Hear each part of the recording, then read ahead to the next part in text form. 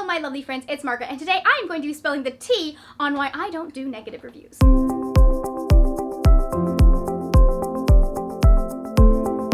First off, I would like to acknowledge that it is Florida and still too hot for tea, so this is actually not tea, but a cold drink. But I needed something in my mug, so I did this. The second thing that I want to acknowledge is that this is not to shade people who do negative reviews. This is not to shade anyone who does rant reviews. If you don't like a book, there is nothing more validating than being able to find someone who also does not like that book. So this is not about that. But you may have noticed at this point that I don't post critical reviews of different books on my channel, or, okay, that's not true.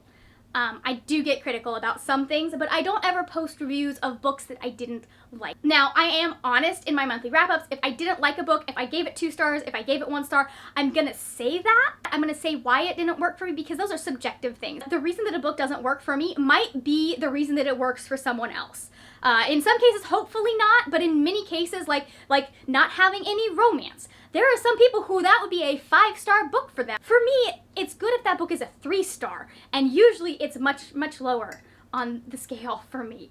Speaking of which, 3-star reviews are not bad reviews. That means I liked the book. This is part of a 2-part series, and I will be talking on Sunday about how I rate my books and what my ratings mean for those of you who are interested. I know I have a video that I did way back when about how I rate my books, but I feel like I've kind of simplified my process, and I would like to do a video that doesn't include spoilers for books that I was really mad at the time and I'm no longer mad at.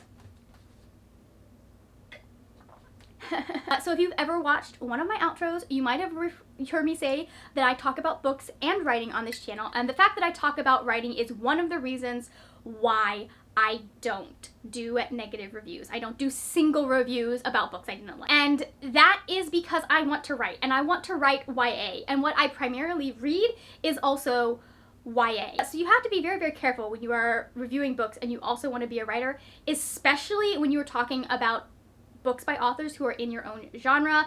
That can create problems later down the line in publishing. You could have people that get mad about the fact that you gave their book 1 star and you said horrible things about it, and then they don't want to blurb your book, or they might talk to people behind the scenes and you make enemies and all of that kind of stuff. Publishing is a very political place from what I understand, from what I've seen watching other authortubers, and so I am mindful of that. I am mindful of the fact that if I do a negative review, if I sit there and I trash someone's book, it could come back down the line to bite me in the ass. I don't want that. Now, I'm not saying I'm dishonest, because I want people to know that when I give your book 4 stars, I'm not just bumping that rating up because I don't want to offend you. I know there are people who are like, they never rate anything below 3 stars, and I don't quite agree with that. I understand the logic behind it, and I understand that rating anything below 3 stars is a risk. But if I give someone's book a 3-star rating, I don't want people to wonder if I secretly hated that book.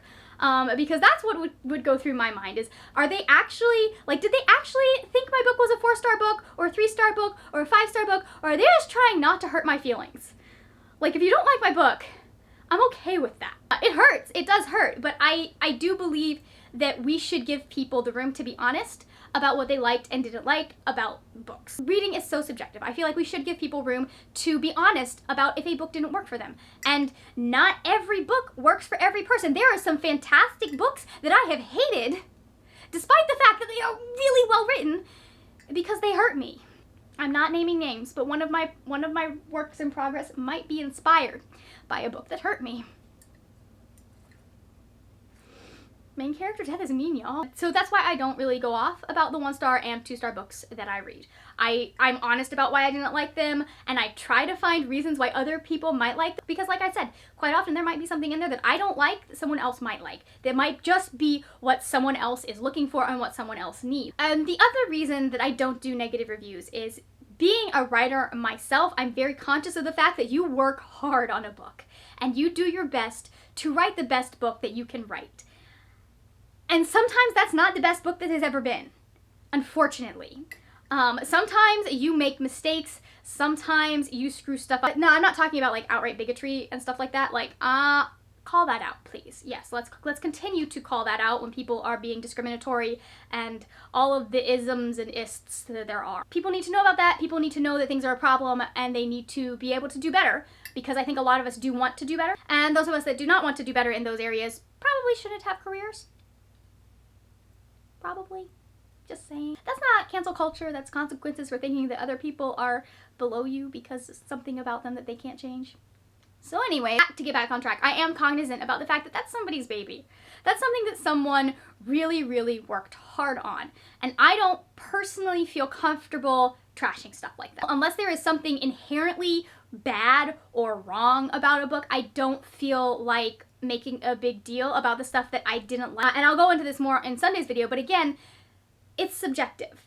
Your opinion about a book is subjective. We're not talking about immutable scientific facts. We are talking about what we have learned and come to prefer in our reading. So that is it. That is the reason why you will not see any negative reviews on this channel. Just I prefer to focus on the books that I like and the books that I think are doing what I want them to do well. And I want to be cognizant of people's feelings in regards to their work. I just don't personally have time to focus on things that I dislike unless there's an educational quality there because, hi, Ravenclaw. Yeah. Thank you so much for watching. If you enjoyed this video, please give it a thumbs up. Also, if you are new to this channel and you want more videos about books and writing, go ahead and hit that subscribe button. That is it for now, my friends. Happy writing, and I will see you later when we will talk about more wordy, nerdy things. Bye! I don't know what I'm doing, okay? The second thing I want to say is, I'm gonna put this down now. I didn't change shirts. It's fine.